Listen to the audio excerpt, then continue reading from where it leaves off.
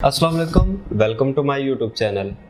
मेरा नाम है हारून कुर्बान और जैसा कि हम इस सेशन में अडोबे इलस्ट्रेटर के बारे में डिस्कस कर रहे थे, ठीक है। आज जो हमारा टॉपिक है अडोबे इलस्ट्रेटर के अंदर वो है कलर्स। ये जिस तरह आपको कलरफुल दुनिया नज़र आ रही है, इसी तरह आज हम आपकी लाइफ में भी कलर भरने वाले हैं। हम तफसील के साथ कलर्स को डिस्कस करने वाले हैं और आपको कलर्स के बारे में अच्छे से समझ आ जाएगी, मुझे पूरी उम्मीद है, ठीक है। अगर आप इस सॉफ्टवेयर के अंदर अच्छे से कलर्स को समझ लेते हैं तो फ्यूचर में आप कोई भी सॉफ्टवेयर अगर सीखते हैं उसमें आपको कलर्स के ऊपर मुश्किल नहीं आएगी। ये मेरा आपसे वादा है, अगर आप अच्छे से कलर्स के बारे में सीखते हैं और लास्ट तक वीडियो को देखते हैं। लास्ट तक मैं इसलिए कह रहा हूँ क्योंकि एंड तक जो है ना हम ऑल अबाउट सिर्फ कलर्स के बारे में ही डिस्कस कर रहे हैं। इससे आपको ये फ़ायदा होगा कि आपको कलर्स के बारे में फुल डिटेल मिल जाएगी कि कलर्स होते क्या हैं, कलर्स की कितनी टाइप्स हैं, उनके काम क्या है, कलर्स को हम कैसे पहचानते हैं, कलर्स की ब्लेंडिंग कैसे होती है, ब्लेंडिंग करके कलर्स कौन से मिलते हैं। तो चलिए टाइम अपना वेस्ट किए बगैर स्टार्ट करते हैं अपनी वीडियो को।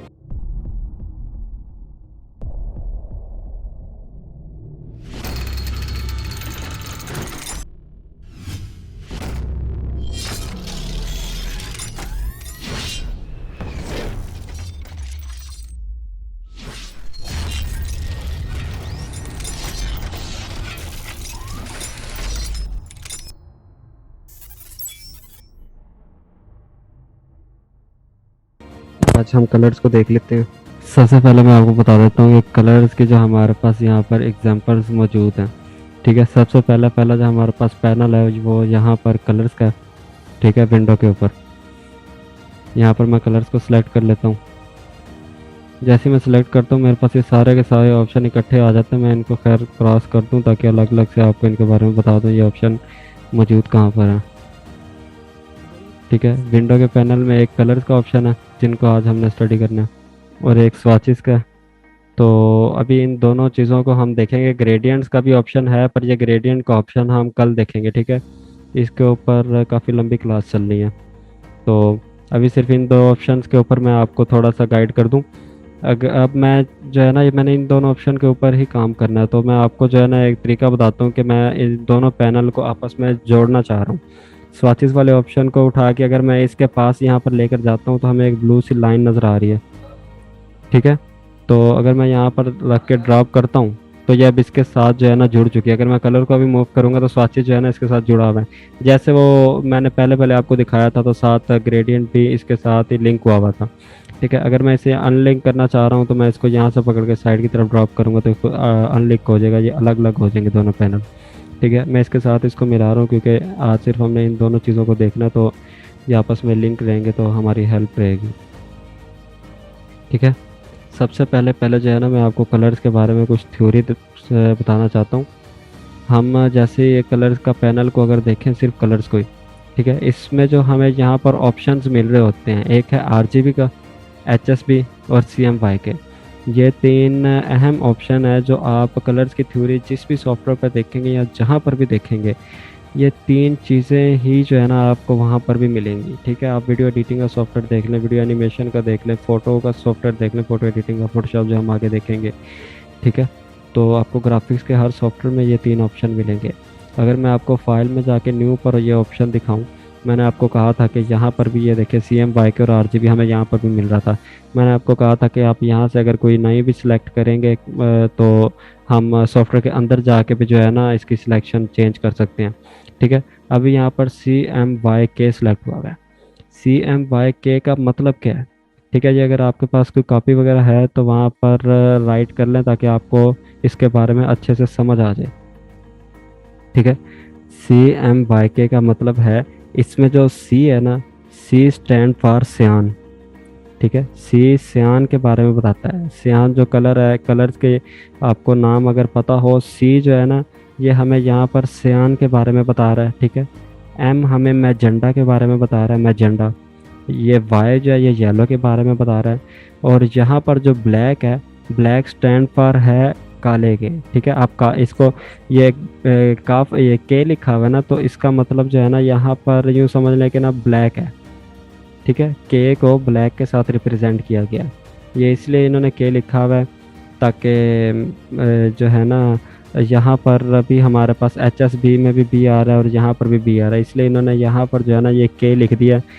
आप इसे यूं याद कर लें कि के से काला, ठीक है, आपको इससे यूं याद रह जाएगा। बाकी इसका मतलब ब्लैक ही है, CMYK का जो के है ना उसका मतलब ब्लैक है, ठीक है। ये आप लोग लिख लें, जैसे ही लिख लेंगे मुझे आप लोग बता देंगे, ये बेशक आप मुझे मैसेज कर देंगे यहीं पर ही चैट पर। C का मतलब सियान है, M का मतलब मैजेंडा, Y का मतलब येलो और K का मतलब जो है वो ब्लैक है, ठीक है। Okay okay. अभी जो अगला ऑप्शन हमने देखना है वो HSB का है, ठीक है। HSB का जो मतलब है, इसमें H का जो मतलब है इसका मतलब है ह्यू, HUE ह्यू, S का मतलब है सैचुरेशन और B स्टैंड फॉर है ब्राइटनेस के, ठीक है। ह्यू, सैचुरेशन एंड ब्राइटनेस। अभी सिर्फ आप लोग नेम्स लिख लें, मैं बाद में आपको इनका काम बताता हूँ कि ये इसकी हमें पहचान किस तरह होती है। ह्यू, सैचुरेशन एंड ब्राइटनेस। अभी जो नेक्स्ट ऑप्शन हम देखने लगे हैं वो है RGB। RGB में R जो है ये रेड को रिप्रेजेंट कर रहा है, G जो है ये ग्रीन को रिप्रेजेंट कर रहा है और ये B जो है ये ब्लू को रिप्रेजेंट कर रहा है, ठीक है। RGB, red, green, blue. लिख लिए इन तीनों के ऑप्शन के जो मतलब बनते हैं। Yes sir. चलें, अभी मैं आपको दोबारा से CMYK की तरफ चलता हूँ। अब CMYK का कुछ इतनी जो थ्योरी नहीं है, हमें देख के ही पता चल रहा है कि C से सियान बनता है, तो अगर हम इसको बढ़ाते हैं तो ये हमें सियान का ही जो कलर है वो शेड, उसकी सियान के कलर की ही शेड हमें यहाँ पर दिखा रहा है, ठीक है। और अगर हम मैजेंडा की तरफ जाते हैं, अगर मैं देखें सियान को बढ़ाता हूँ तो ये देखें कि अब ये हमारे पास मैजेंडा की शेड दे रहा है, ठीक है, समझ आ रही है। अगर मैं मैजेंडा को सिर्फ बंद करता हूँ और सियान को भी बंद करता हूँ तो यहाँ पर देखें अभी ये हमें पिंक कलर दे रहा है। ये अगर हम अकेले मैजेंडा को देखें तो उसकी शेड जो होती है वो पिंक की शेड होती है, ठीक है। ये पिंक अगर ज़्यादा डार्क हो जाए तो वो मैजेंडा का कलर देने लग जाता है, सही है। और इसी तरह अगर हम ये Y को देखें तो Y का मतलब ही येलो है, तो अगर हम इसको Y को बढ़ाते हैं तो हमें येलो की शेड दे रहा है, सही हो गया ना। और ये जो के लिखा हुआ है, के को मैंने आपको बताया था स्टैंड फॉर द ब्लैक। मैं अगर जिस भी कलर को बढ़ाऊंगा यहाँ पर उसका वाइट कलर होगा जो ओरिजिनल कलर होगा, अगर मैं इसको बढ़ाता हूँ तो वो कलर देखिए ये ब्लैक होना स्टार्ट हो गया। अगर आप यहाँ पर देखें तो यहाँ पर आपको रिजल्ट सही नज़र आ रहा होगा। यहाँ एक बॉक्स बना लेता हूँ, आपको बॉक्स में रिजल्ट इसका दिखाता रहता हूँ। अगर मैं इसको कम करता हूँ, ठीक है, ये यहाँ पर येलो मैंने जितना बढ़ाया था ये उसका ओरिजिनल कलर है। अगर मैं के को बढ़ाता हूँ तो ये उस येलो के अंदर जो है ना ये के की वैल्यूज़ को ऐड करेगा। के की वैल्यूज़ में क्या है, के की वैल्यूज़ में ब्लैक कलर है, ठीक है। मैं जितना के को बढ़ाऊँगा वो उसमें उतना ही ब्लैक कलर ऐड कर देगा। एक स्टेप पर आके वो उसको फुल ब्लैक कर देगा, क्योंकि जो है ब्लैक ज़्यादा डार्क होता है येलो से, ठीक है। तो इसलिए जो है ना यूँ समझें कि ब्लैक वाला कलर येलो के ऊपर हावी हो जाता है। अब ये के का सिर्फ काम जो है ना वो सिर्फ एक साइड पर लाइट कलर होगा जो उसका ओरिजिनल कलर हमने यहाँ पर सेलेक्ट किया होगा, और उसके एंडिंग पॉइंट पर जो है ना वो ब्लैक कलर होगा। अब मैं इसको किसी भी कलर में अगर हम देखें, अगर इसको मैजेंडा में लेकर जाता हूँ, मैजेंडा में भी अगर आप ब्लैक को देखें तो इसका स्टार्टिंग एरिया जो है ना वो 0 पर है, क्योंकि अभी ये हमने ब्लैक की वैल्यू 0 रखी हुई है। अगर मैं ब्लैक की वैल्यू 0 रखता हूँ तो ये देखें हमें पिंक के अंदर जो है ना ब्लैक कलर ऐड करके दिखाने लग गया है। या आप यूँ समझ लें कि आप अगर किसी कलर में कोई दूसरा कलर मिक्स करते हैं तो उसका क्या रिज़ल्ट आता है ये हमें वो शो करवा रहा होता है, ठीक है।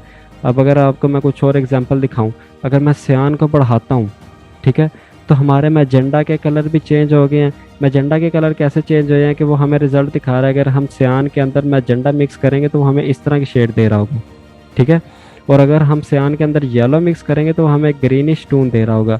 और अगर सियान के अंदर हम ब्लैक मिक्स करेंगे तो उसका काम क्या है, उसने डार्क ही करना है और कुछ भी नहीं करना, ठीक है। ये CMYK का आपको समझ आ रहा है। अगर मैं इसको मैजेंडा को बढ़ाता हूँ तो मुझे बता रहा है कि अगर मैं सियान को थोड़ा सा भी बढ़ाता हूँ तो वो उसके अंदर जो है ना मैजेंडा के अंदर सियान की वैल्यूज़ ऐड करना शुरू कर देगा, ठीक है। और अगर मैं येलो को बढ़ाता हूँ तो मैजेंडा के अंदर अगर येलो मिक्स होगा तो वो ऑरेंज की हमें टोन देना स्टार्ट कर देगा, सही है। ब्लैक का काम वही है कि वो डार्क करना शुरू कर देगा, बस इसका ब्लैक का काम सिर्फ यही है कि वो डार्क करना शुरू करेगा। यहाँ तक कोई डाउट किसी को अभी सियान की समझ ना आई हो? ये CM YK की, सॉरी सियान कह रहा हूँ, CM YK की, ये जो चारों कलर्स हैं उनकी। ये हारून सर, जी ये थोड़ा सा रिपीट करेंगे कि ये हम जब ये CY के लेते हैं, श्याम और मजेंडा M और येलो और ब्लैक, तो ये ऑप्शन हम दोबारा कहाँ से लेंगे, थोड़ा सा बताएंगे? मैं इसका क्रॉस कर देता हूँ। विंडो में ठीक जाके है। यहाँ पर ब्रशेस के नीचे कलर्स है और कलर गाइड के ऊपर है कलर्स। F6 इसका शॉर्टकट है। यहाँ पर हमारे पास शॉर्टकट आके लिखा होता है, ठीक है। इस कलर्स को दबाएंगे तो ये हमारे पास पैनल आ जाएगा, क्योंकि मैंने इसको इसके साथ लिंक किया हुआ तो ये भी साथ ही आ रहा है स्वाचेस का पैनल, ठीक है। स्वाचेस को हम बाद में देखते हैं, अभी इसको मैं क्रॉस कर देता हूँ। हम सिर्फ अभी कलर्स को देख रहे हैं। CM YK की समझ आ गई है? जी ये तो समझ आ गई।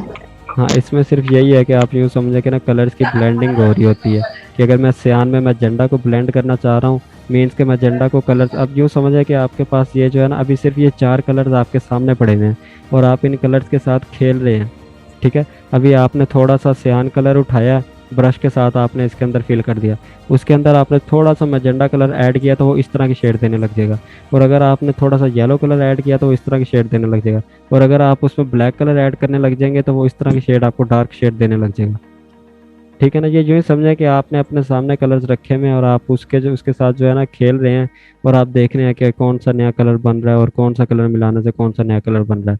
अभी सिर्फ हम सियान, मैजेंडा, येलो और ब्लैक को देख रहे हैं।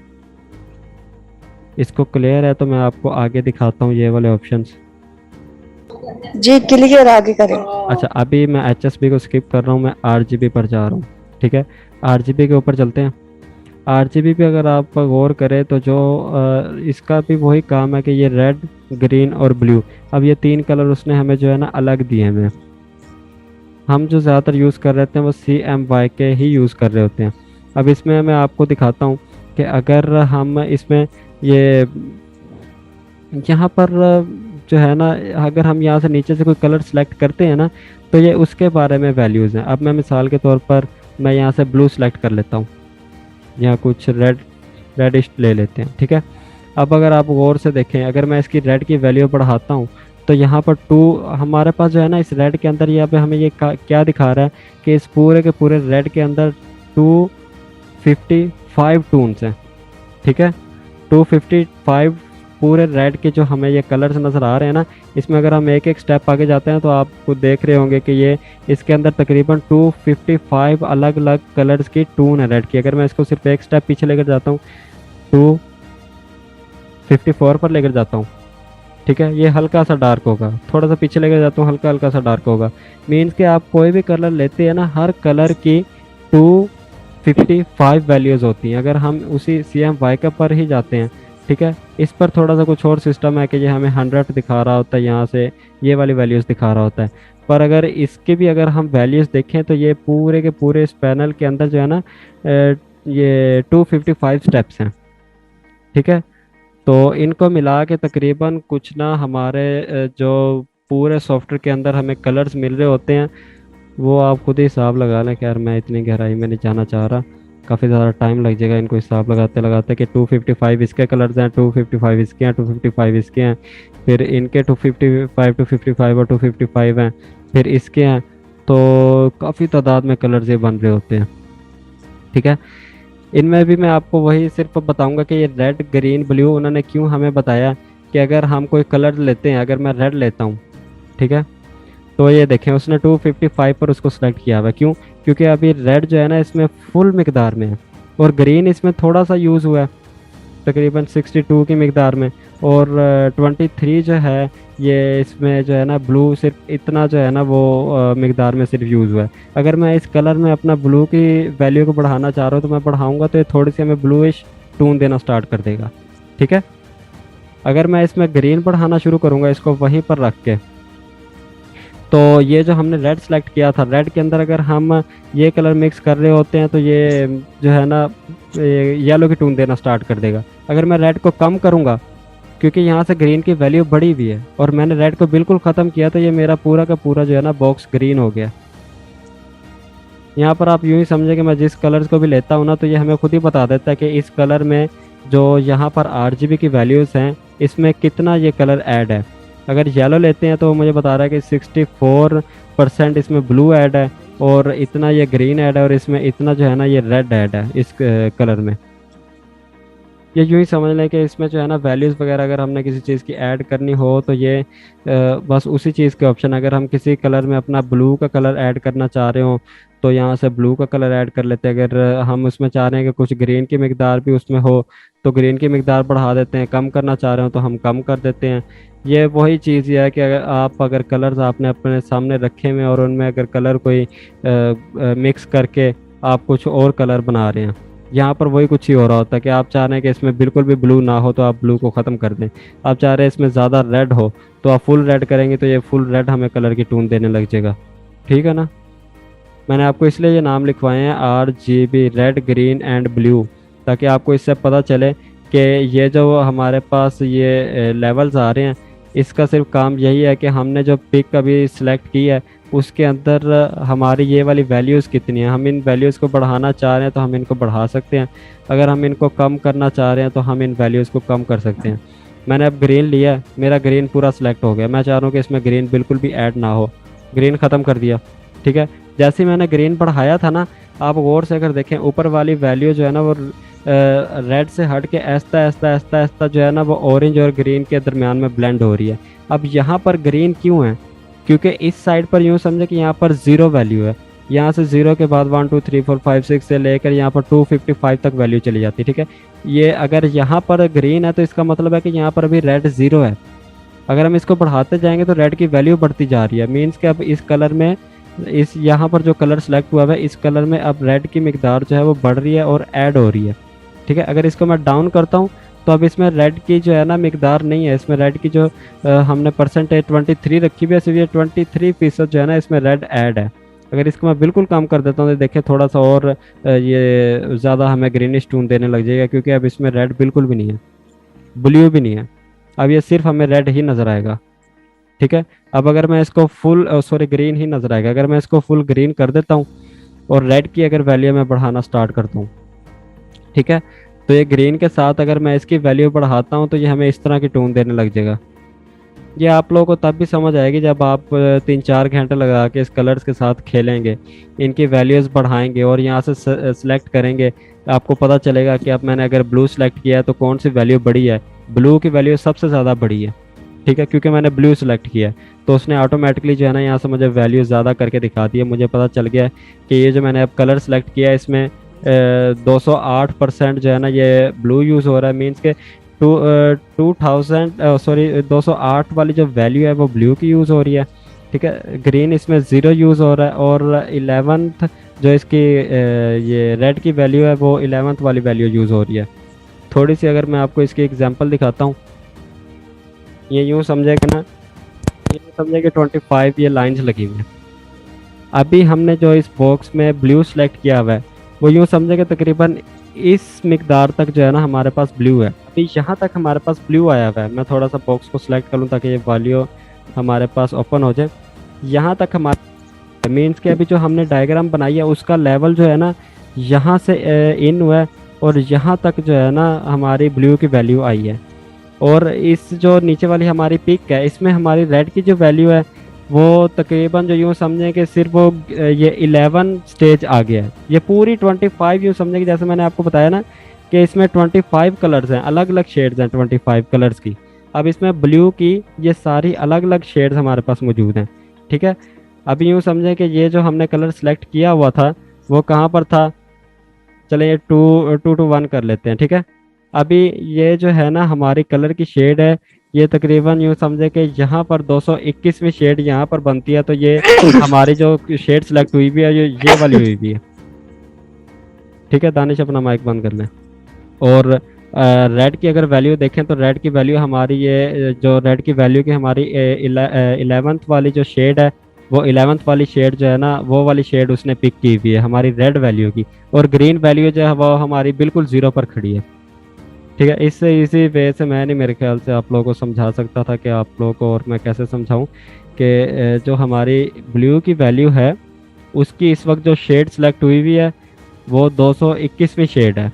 ठीक है, तकरीबन इसमें जो कलर्स हैं, शेड्स हैं, वो 255 शेड हैं ब्लू की।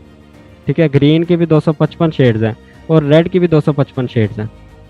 ठीक है, और जो अभी इनकी यहाँ पर अभी 0 शेड इसकी सिलेक्ट हुई है, मीन्स कि अभी रेड हमारा इस डिज़ाइन में बिल्कुल भी नहीं है और ग्रीन भी नहीं है, इसमें सिर्फ अभी ब्लू है।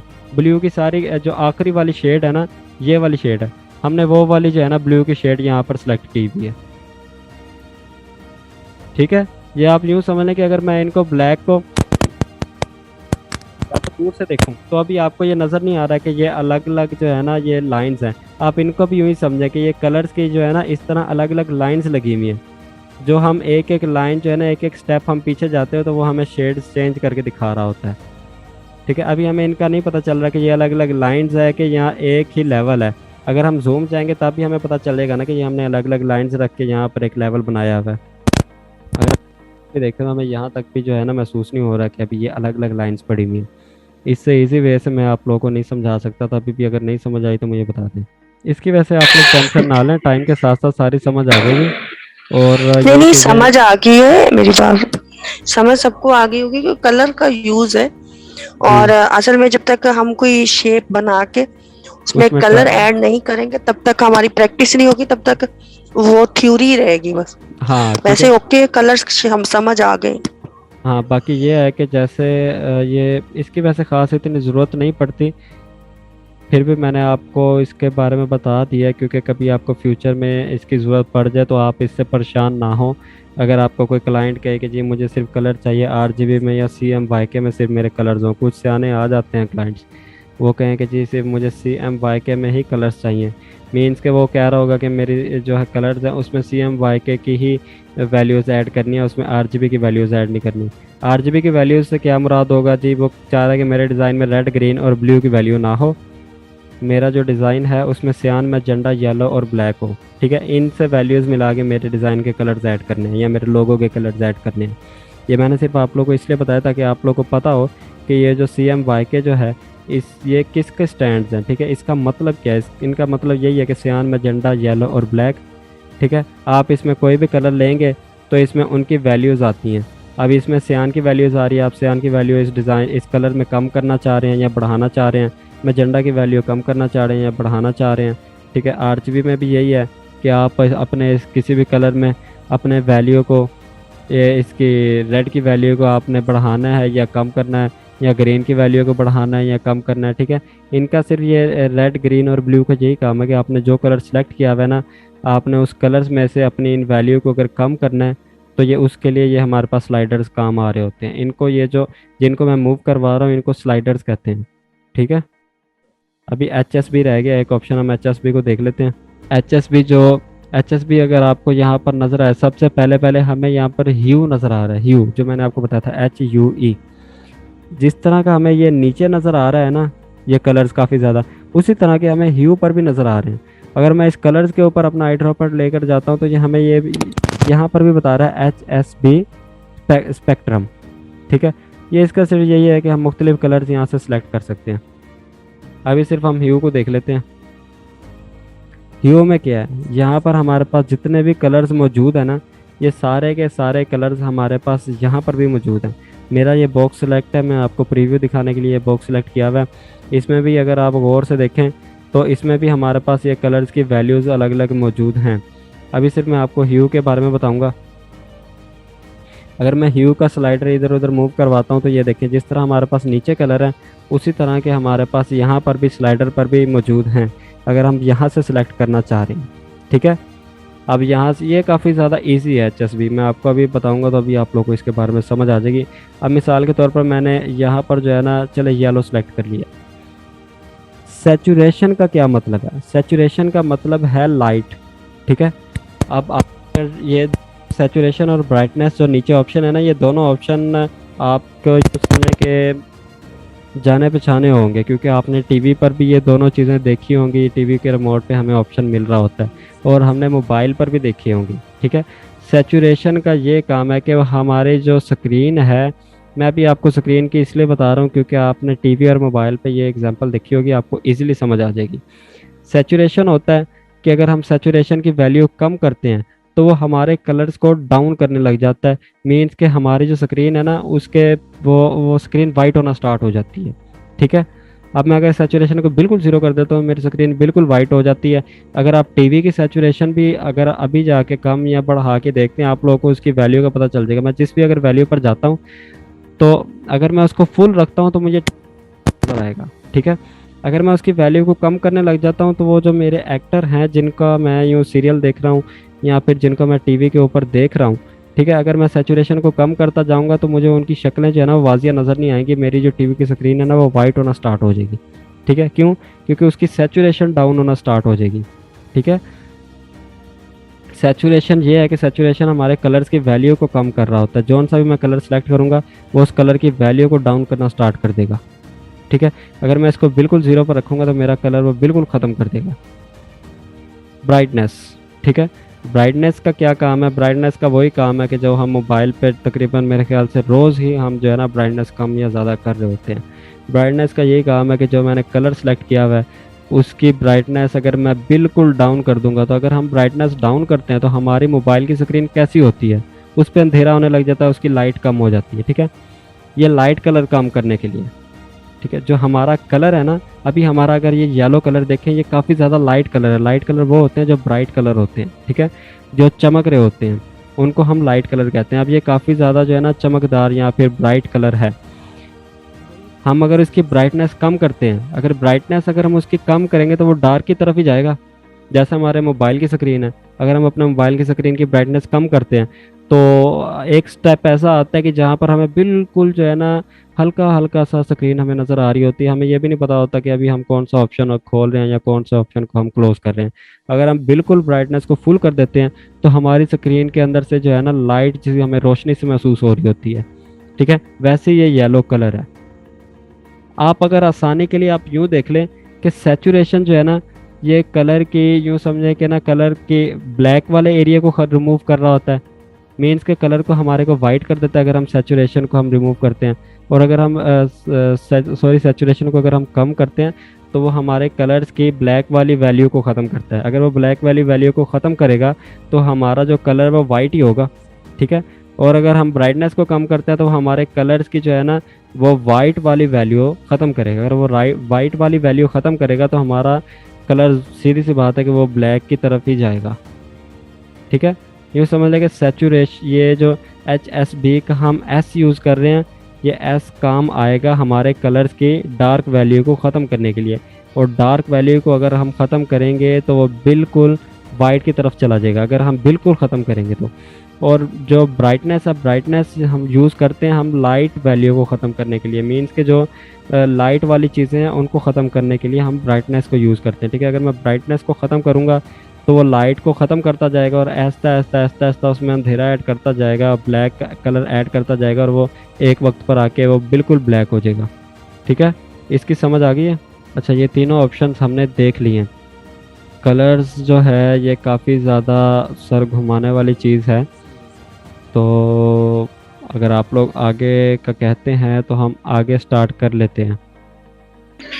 जी आगे कंटिन्यू रखें। अच्छा, मुझे सभी यहाँ पे हैं ऑन इस वक्त सारे स्टूडेंट देखें, आप माशाल्लाह सारे मैच्योर हैं, सारे समझदार हैं। मेरी वॉइस आ रही? Yes sir. हाँ जी, ठीक है, वॉइस मेरी क्लियर है सबको, तो मैं आगे बोलना थोड़ा सा आपको कुछ कहना चाह रही। सारे माशाल्लाह मैच्योर हैं, समझदार हैं। देखें, प्रैक्टिस के लिए आपको पता है ये वो चीज है ग्राफिक डिजाइनिंग जिसमें प्रैक्टिस मस्ट होती है। जब तक आप टूल को यूज नहीं करेंगे तब तक आपका हाथ सेट नहीं होगा परफेक्ट शेप पे। अब हम आपको होमवर्क इसलिए नहीं दे रहे, ना कुछ शेप्स दे रहे हैं कि सिस्टम रेडी नहीं है किसी के भी। अभी जस्ट समझ ले थ्योरी पढ़ रहे हैं, प्रैक्टिकल दे हो नहीं रहा।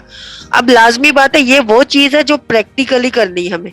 इसमें हमारे पास दो चीज़ें आ रही होती हैं। ठीक है, एक होता है फिल और एक होती है स्ट्रोक। फिल हम कहते हैं अपने इस जो हमारी शेप होती है उसके हमें जो अंदर वाली साइड पर हमें कलर नज़र आ रहा होता है।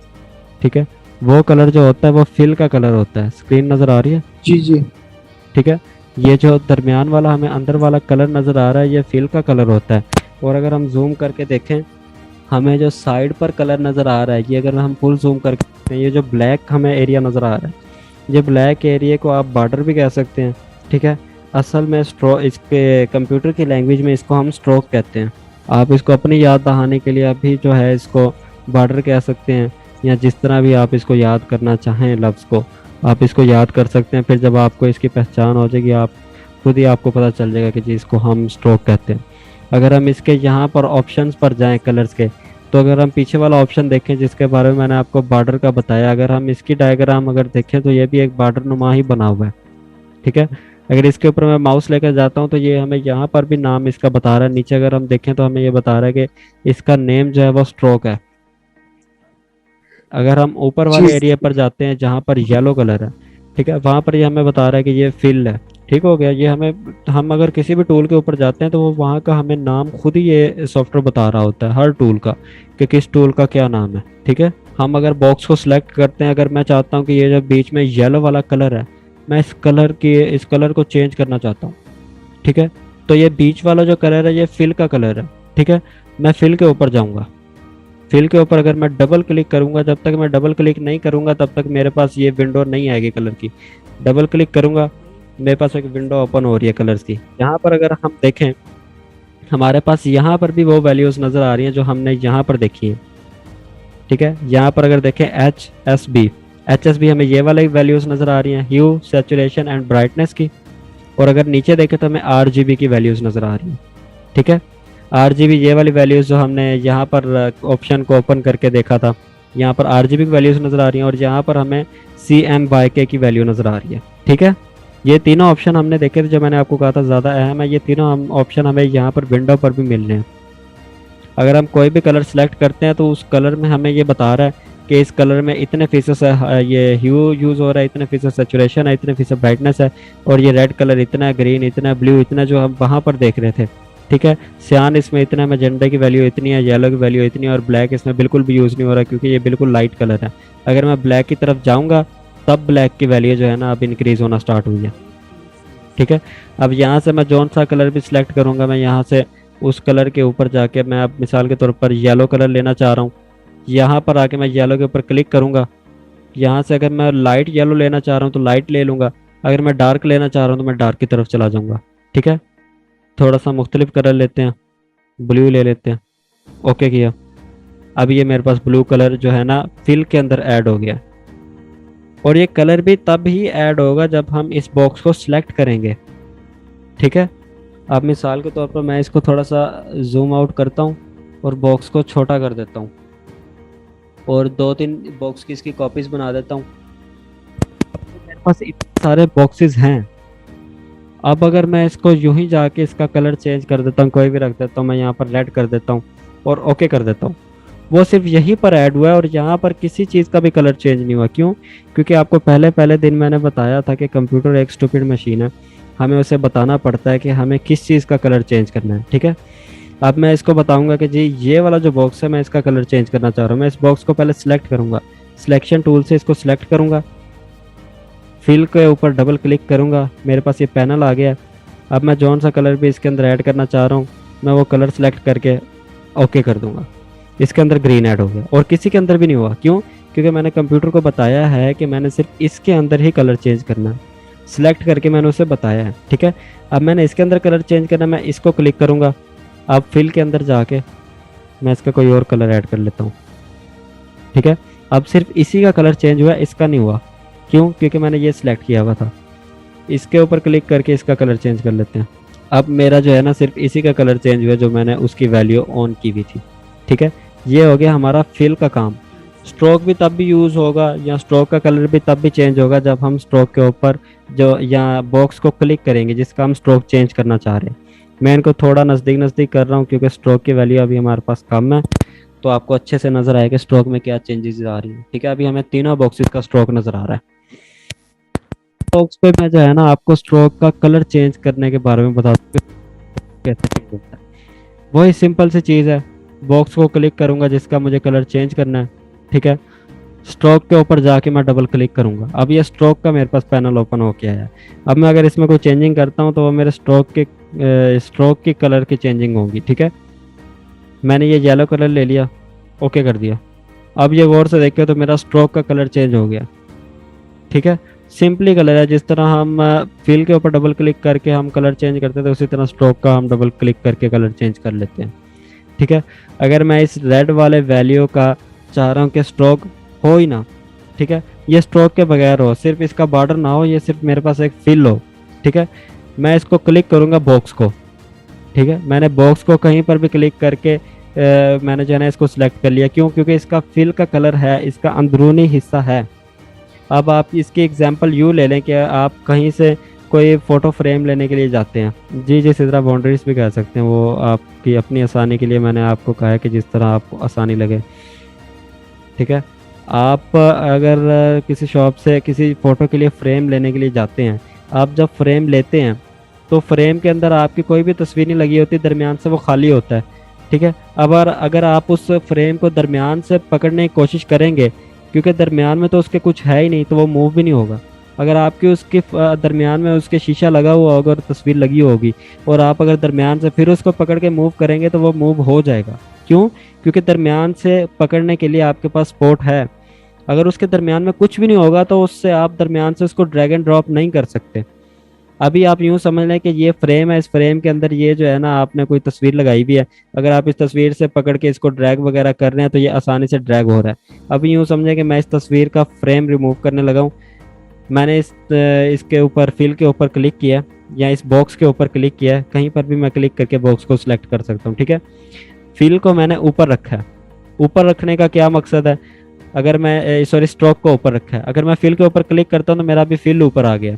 ठीक है, अगर मैं यहाँ पर अगर नीचे हम देखें, यहाँ पर एक मेरे पास छोटा सा आइकन नज़र आ रहा है, जिसके ऊपर अगर मैं माउस लेकर जाता हूँ तो वो नीचे लिखा हुआ आ रहा है नन।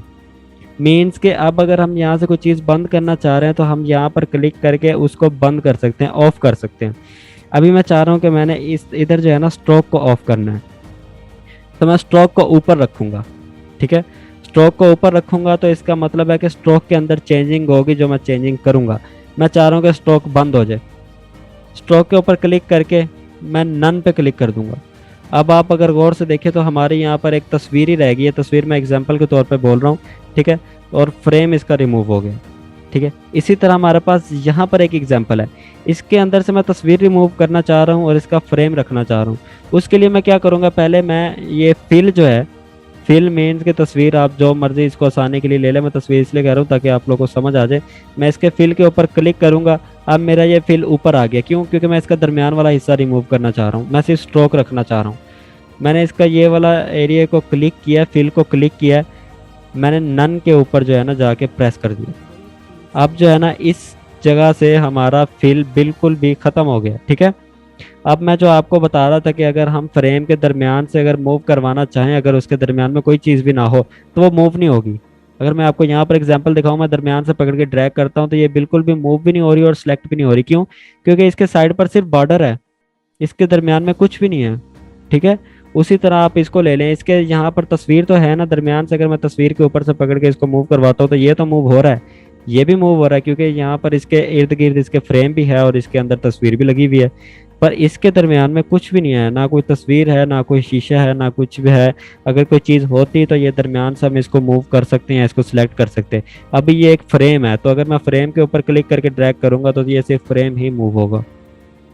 जितनी इजी वर्डिंग में मैं समझा सकता था मैंने आपको समझाया। अगर अभी भी कुछ डाउट है तो मुझे बता दें। सर कोई डाउट नहीं। ठीक है, ये तीनों की समझ आ गई है, नन का क्या काम है, और इसको हम स्ट्रोक कहते हैं और इसको हम फिल कहते हैं।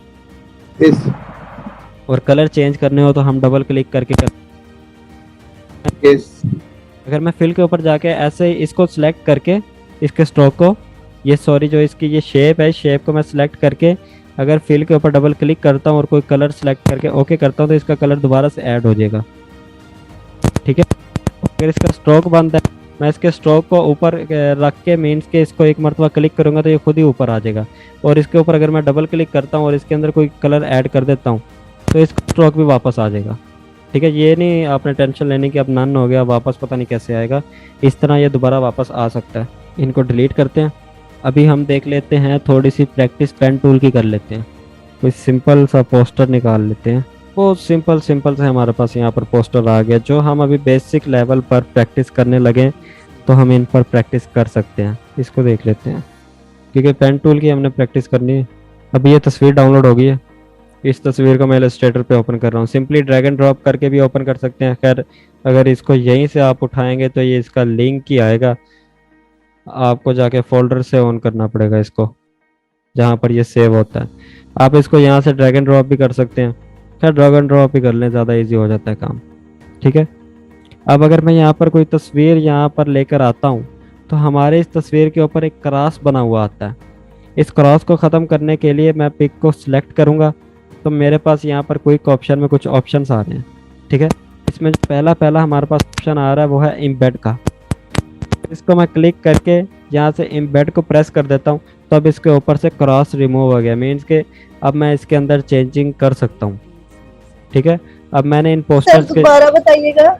मैंने आपको बताया कि जैसे ही हम तस्वीर लेकर आते हैं, इसमें तस्वीर के ऊपर जो है ना हमें क्रॉस नज़र आ रहा होता है। ठीक है, क्रॉस बना हुआ आता है।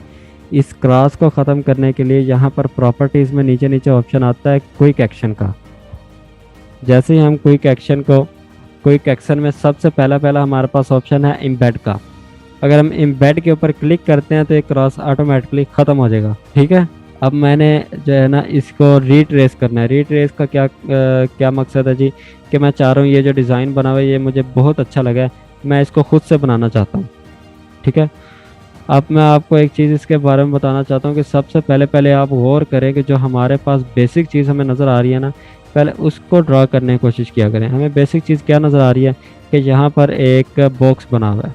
ठीक है, क्योंकि ये एक लंबाई की शेप में ही है ना डिज़ाइन, हम इसको लंबाई की शेप में सबसे पहले बॉक्स बनाएंगे, जो हमें सबसे पहले चीज़ नज़र आ रही है।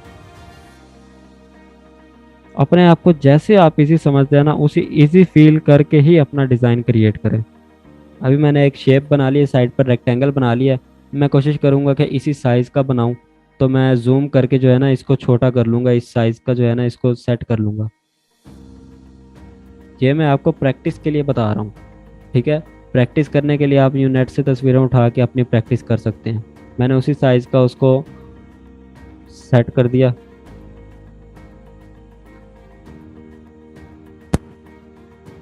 आगे जो यूज़ करना है वो पेन टूल का यूज़ है। ठीक है, अब इसमें एक चीज़ और गौर करेंगे, जो शेप हमने क्रिएट कर ली है, मीन्स के एक पाथ मैंने बना ली है, कंप्लीट मेरी पाथ बन गई है। मैं पहले उसे डी सेलेक्ट करूँगा, फिर अगली पाथ बनाऊँगा।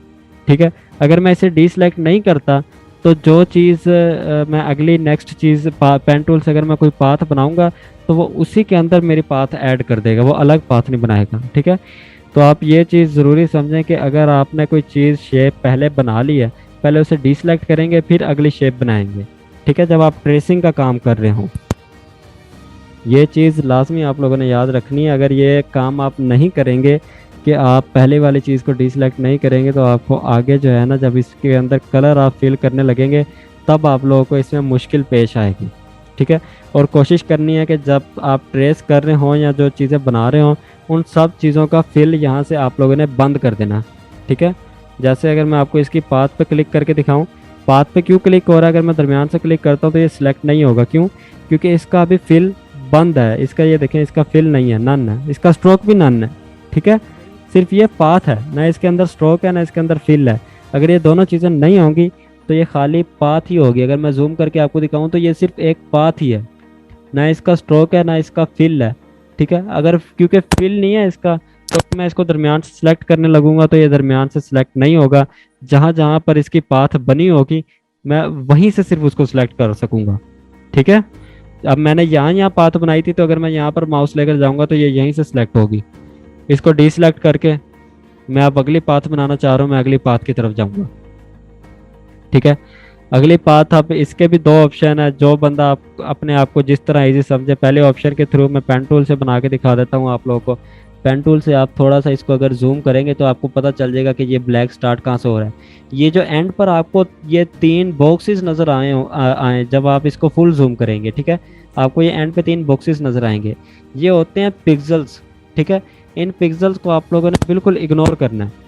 आपने यूँ नहीं करना कि इसको पहले यहाँ इतना ट्रेस कर लिया, फिर ऐसे ट्रेस कर लिया, फिर ऐसे कर लिया, फिर ऐसे कर लिया। अगर यूँ करेंगे ना तो आपका ट्रेस करने का डिज़ाइन को फ़ायदा ही कुछ नहीं है, ठीक है। इस तरह आप लोगों ने ट्रेस नहीं कर जाते हैं कि अपने पिक्सल्स को जो है ना पिक्सल्स ही ट्रेस करना शुरू कर देते हैं। आप लोगों ने पिक्सल्स नहीं ट्रेस करना, आप लोगों ने जूम आउट करके पहले डिज़ाइन देखना है कि डिज़ाइन की शेप क्या चल रही है। डिज़ाइन की शेप ये है कि यहाँ तक सीधी पाथ है, यहाँ से आगे कर्व है, ठीक है। ट्रेस करने का दरअसल काम ये होता है कि हम तस्वीर को दोबारा से नई शेप दे देते हैं, तस्वीर दोबारा से नए सिरे से तैयार हो जाती है और वो दोबारा से यूँ समझें कि एचडी रिजल्ट में हम बना रहे होते हैं। तो आप लोगों ने इसको पिक्सल्स को इसको बिल्कुल भी जो है ना करने की कोशिश नहीं करनी। आप लोगों ने जो इसकी शेप नज़र आ रही है, शेप को ट्रेस करना है। मुझे यहाँ तक बिल्कुल सीधी लाइन नज़र आ रही है, ठीक है। अब वो मेरी आसानी है कि तक पूरा कर्व बना सकता हूँ, ठीक है। बन जाएगा, इजीली बन जाएगा, ये देखे बन गया, ठीक है। अब वो हमारी अपनी आसानी है कि हम इसको इस तरह कर्व के मेरी प्रैक्टिस है, मैंने इसलिए फ़ौरन से आपको बना के दिखा दिया। आपका भी नया नया काम है तो मैं आपको यही सजेस्ट करूँगा कि आप छोटे छोटे स्टेप लें। यहाँ तक सीधी लाइन थी, हमने सीधी लाइन क्रिएट कर ली। आगे छोटा स्टेप लें, किस तरह कि मुझे यहाँ तक ईजी लग रहा है, मैं सिर्फ पहले यहाँ तक छोटा सा कर्व बना लेता हूँ, ठीक है। ये छोटा सा कर्व बन गया। आगे मुझे यहाँ तक ईजी लग रहा है, मैंने यहाँ तक छोटा सा कर्व बना लिया, ठीक है।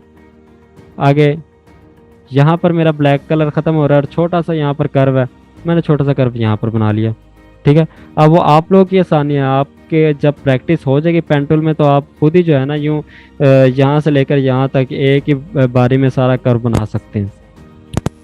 तो इसी लगे अपने आप को आप लोगों ने ईजी रख, फिर जो है ना प्रोफेशनल काम की तरफ चल सकेंगे। मुझे यूँ ज़्यादा ईजी लग रहा है, मैंने अपनी आसानी के लिए मैंने यूँ क्रिएट कर लिया, ठीक है। मेरा ये कर्व बन गया। अब मैं आपको एक चीज़ के बारे में बता दूं कि आपने अलग अलग कलर्स को ट्रेस करना होता है। अब इसमें मुझे दो कलर्स नज़र आ रहे हैं, ब्लैक एंड वाइट, ठीक है। आपने ब्लैक को अलग ट्रेस करना है, आपने वाइट को अलग ट्रेस करना है। मैं ब्लैक को सिर्फ ट्रेस कर रहा हूँ, अभी मैं वाइट को ट्रेस नहीं कर रहा, ठीक है। मैं ब्लैक को ट्रेस कर रहा हूँ। ये ब्लैक की तरफ जो है ना मैंने एक पूरा एरिया ट्रेस कर लिया, ठीक है। पेन टूल ने भी मेरी पाथ छोड़ दी, क्यों? क्योंकि मैंने जहाँ से स्टार्ट किया था मैंने वहीं जाके एंड कर दिया। ये मेरी पूरी पाथ एक बन गई है, शेप बन गई है, ठीक है। अब मेरा जो एरिया रह गया वो वाइट का रह गया। आपको अगर इस पेन टूल की अच्छे तरीके से समझ है तो मुझे बता दें, मैं आपको एक शॉर्ट वे बताता हूँ वाइट का। अच्छा, मैंने आपको एक चीज़ और बताई थी कि जब अगली शेप बनाने लगें तो आपने पहले वाली शेप को डीसेलेक्ट कर देना है। सिलेक्शन टूल पर जाके पहले मैं इसको डीसेलेक्ट करूँगा, अब मैं अगली शेप बनाऊँगा, ठीक है। अगली शेप जहाँ से मर्जी आप स्टार्ट करें, यहाँ से स्टार्ट कर लें, यहाँ से स्टार्ट कर लें, यहाँ से कर लें, यहाँ से कर लें। मुझे ज़्यादा इजी फील यहाँ से हो रहा है तो मैंने यहाँ से स्टार्ट कर लिया। ये लाइन बिल्कुल सीधी सीधी है तो मैं यहाँ से सीधी सीधी पाथ क्रिएट कर रहा हूँ। और ये एंकर पॉइंट यहाँ पर क्यों आ रहे हैं, मेरी हेल्प यहाँ पर क्यों कर रहे हैं? क्योंकि मैंने जो सबसे पहले जो बड़ा बॉक्स बनाया था ये उसी बॉक्स का एंकर पॉइंट है, ठीक है। ये मेरी हेल्प कर रहा है कि मुझे पता चल रहा है कि मेरी शेप जो है सिर्फ यहीं तक है, मेरा यहाँ पोस्टर का जो एंड पॉइंट है वो यहीं तक है, ताकि मेरी पेन टूल की पाथ ज़्यादा बाहर ना निकले, ठीक है। अब मैं आपको यहाँ पर एक छोटी सी टिप देना चाह रहा हूँ।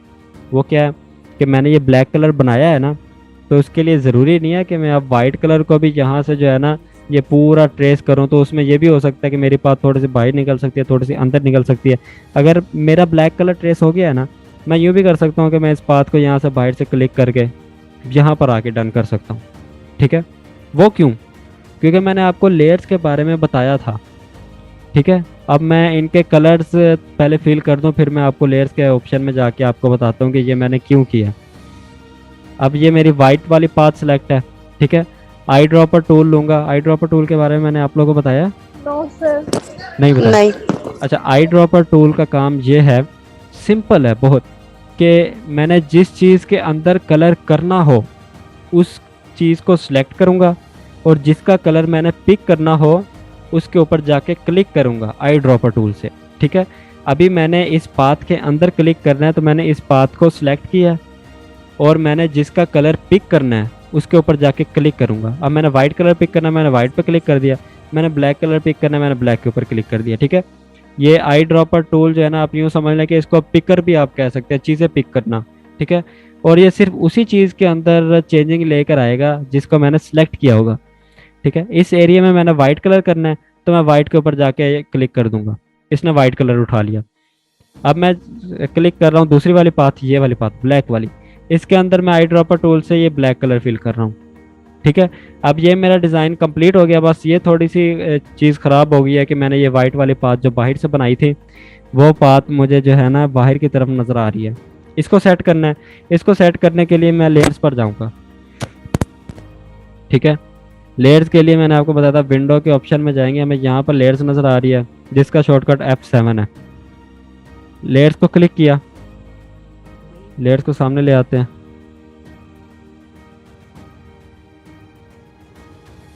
अब लेयर्स में अगर हम देखें तो मैंने यहाँ पर ब्लैक सेलेक्ट किया हुआ था, जैसा कि मैंने आपको बताया था जो चीज़ सेलेक्ट होगी उसके आगे यहाँ पर ब्लू डॉट आ जाएगा, उसका ये जो सर्कल है उसके इर्द गिर्द एक गोल कलर की बॉर्डर बनी हुई आ जाएगी और वो भी आपको यूँ महसूस होगा कि सिलेक्ट हुआ हुआ है। ठीक है, अभी हमारा ब्लैक सेलेक्ट है। अगर हम वाइट को देखें, मेरा वाइट जो है वो ब्लैक के ऊपर पड़ा हुआ है। ठीक है, इस चीज़ की तो आपको समझ है ना कि ये जो मेरी वाइट वाली पाथ है ये ब्लैक के ऊपर है। हम इनका नेम भी चेंज कर सकते हैं।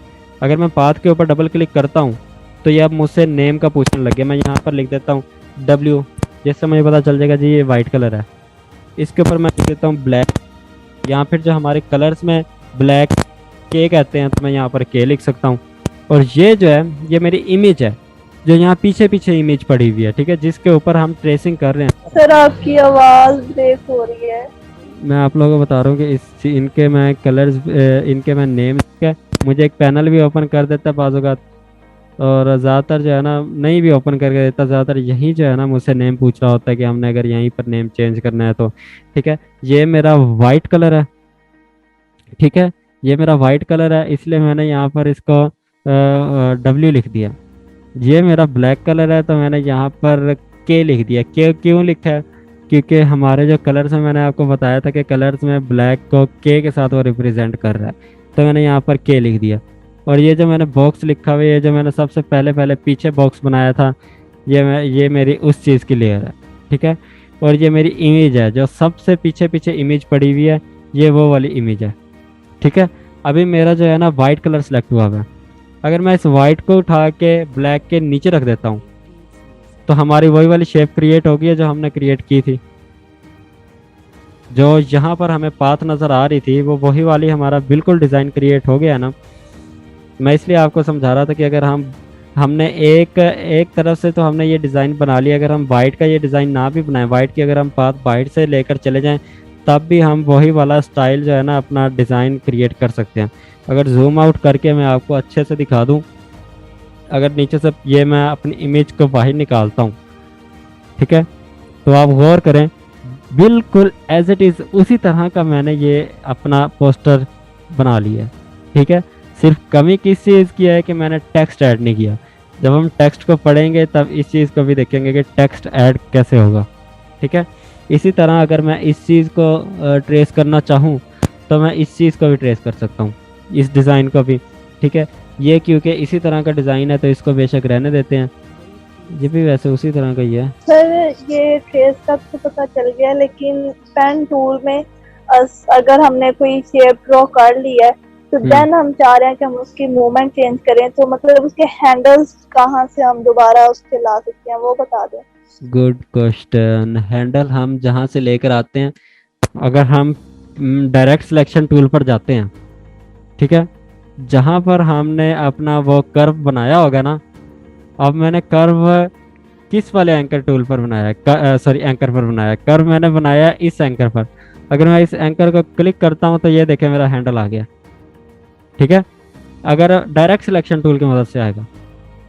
अगर मैं इस हैंडल को मूव करवाना चाह रहा हूँ तो मैं अब इस डायरेक्ट सिलेक्शन टूल की मदद से ही हैंडल को प्रेस करके अपना कर्व चेंज कर सकता हूँ। ठीक है सर, एट अ टाइम दोनों हैंडल नहीं मूव कर सकते जिस तरह हम ड्रॉ कर रहे होते हैं उस टाइम? मैं आपको दोनों हैंडल्स बना के दिखा देता हूँ, क्योंकि मैंने इसमें सिर्फ एक तरफ ही कर्व बनाया है, मैंने इसका अगली साइड पर कर्व नहीं बनाया ना, तो इसलिए इसका दूसरा हैंडल नहीं आ रहा। आपको दोनों हैंडल्स बना के मैं दिखा देता हूँ। पेन टूल से एक सिंपल से कोई पाथ बना लेते हैं जिसके दोनों तरफ हैंडल्स हों। अब इसके दोनों तरफ हैंडल बने हैं, इसका फिल मैं नन कर रहा हूँ। अब इसकी दोनों तरफ हैंडल बने हुए हैं। ठीक है, अगर मैं इसकी दोनों साइड के हैंडल मूव करवाना चाह रहा हूँ तो मैं किसी भी हैंडल को पकड़ के मूव करवा सकता हूँ। अगर मैं इस साइड के हैंडल को पकड़ के मूव करूँगा तब भी ये मूव हो जाएंगे। अगर मैं ऊपर वाले हैंडल को पकड़ के मूव करूँगा तब भी ये दोनों मूव हो जाएंगे। अगर मैं चाहता हूँ कि सिर्फ एक साइड का हैंडल मूव हो, ठीक है, तो मैं आल्ट प्रेस करके फिर इसको मूव करूँगा, ठीक है। अगर मैं आल्ट प्रेस करके मूव करता हूँ तो ये मेरे हैंडल जो है ना ये ब्रेक हो गए हैं। अब मैं दोनों हैंडल्स को अलग अलग मूव करवा सकता हूँ, ठीक है। अभी मैंने आल्ट प्रेस किया हुआ है तब ये जो है ना मूव हो रहे हैं। अब मैं चाहता हूँ कि मैं इस हैंडल को कहीं और शिफ्ट करना है तो आल्ट प्रेस करके इस हैंडल को ब्रेक करके मैं इसकी मूवमेंट करवा सकता हूँ, ठीक है। दोनों हैंडल्स आपस में ब्रेक भी हो जाते हैं। और अगर हम इकट्ठा मूव करवाना चाह रहे हो तो इकट्ठा भी मूव हो जाते हैं। बस एक मरतबा अगर हैंडल ब्रेक हो गया है तब आप आल्ट प्रेस ना भी करेंगे तब भी मूव करेंगे। अभी मैंने आल्ट प्रेस नहीं किया हुआ पर ये मूव कर रहे हैं। क्यों? क्योंकि मैंने अभी इनको ब्रेक कर लिया है। दोनों आपस से एक दूसरे से जुदा जुदा हो गए हैं, अब अलग अलग मूव होंगे दोनों। हाँ, क्योंकि मैंने इसका सिर्फ एक साइड का कर्व बनाया था इसलिए सिर्फ एक साइड पे ही इसका हैंडल आ रहा था। आगे स्ट्रेट पाथ है तो स्ट्रेट पाथ का जो है ना वो हैंडल नहीं होता, ठीक है। ओके सर, तो आपने लेयर्स का बताया, विंडो में जाके हम लेयर्स को ओपन कर रहे हैं तो ये जो प्रॉपर्टीज के साथ लेयर्स वाला ऑप्शन है वही लेयर्स वहीं से शो भी हो सकती है ना? वो लाइब्रेरीज है आपके पास, क्या पता यहाँ पर लेयर्स लिखा हुआ आ रहा हो, हर किसी की अपनी अपनी सेटिंग है। यहाँ पर लाइब्रेरीज आ रहा है, ठीक है। आपके क्या पता वहाँ पर इलस्ट्रेटर पर शो हो रहा हो लेयर्स। अगर ना हो रहा हो तब आप विंडो के पैनल पर जाके लेयर्स ऑन कर सकते हैं। अगर हो रहा है तो वहीं से यूज़ कर लें। जी मेरे वहीं से शो होता है, लेकिन मैं ये पूछना चाह रही थी कि वही सेम लेयर्स वाला जो पैनल है वही ओपन होता है ना? जी जी वही सेम ही है। अगर हम खुद से भी ऐड करना चाहे तो हम खुद से भी कर सकते हैं। हम यहाँ अगर ये देखें मेरे वही रहा लेयर्स का पैनल, अगर मैं इसको उठा के यहाँ पर लेकर जाके छोड़ देता हूँ तो ये देखें मेरा भी लेयर्स का पैनल वहाँ पर ऐड हो गया। अगर अलग करना चाह रहे हैं तो आप इसको उठा के बाहर ले आए तो ये अलग हो जाएगा। जी सर। ठीक है। अब ये जब यहाँ पर ब्लू कलर का इर्द गिर्द बॉर्डर आता है ये तब यहाँ पर इसके साथ अटैच होता है। अगर बॉर्डर नहीं आ रहा तो आपने वैसे ही यहाँ पर ला के रख दिया तो ये अलग सी रखोगा।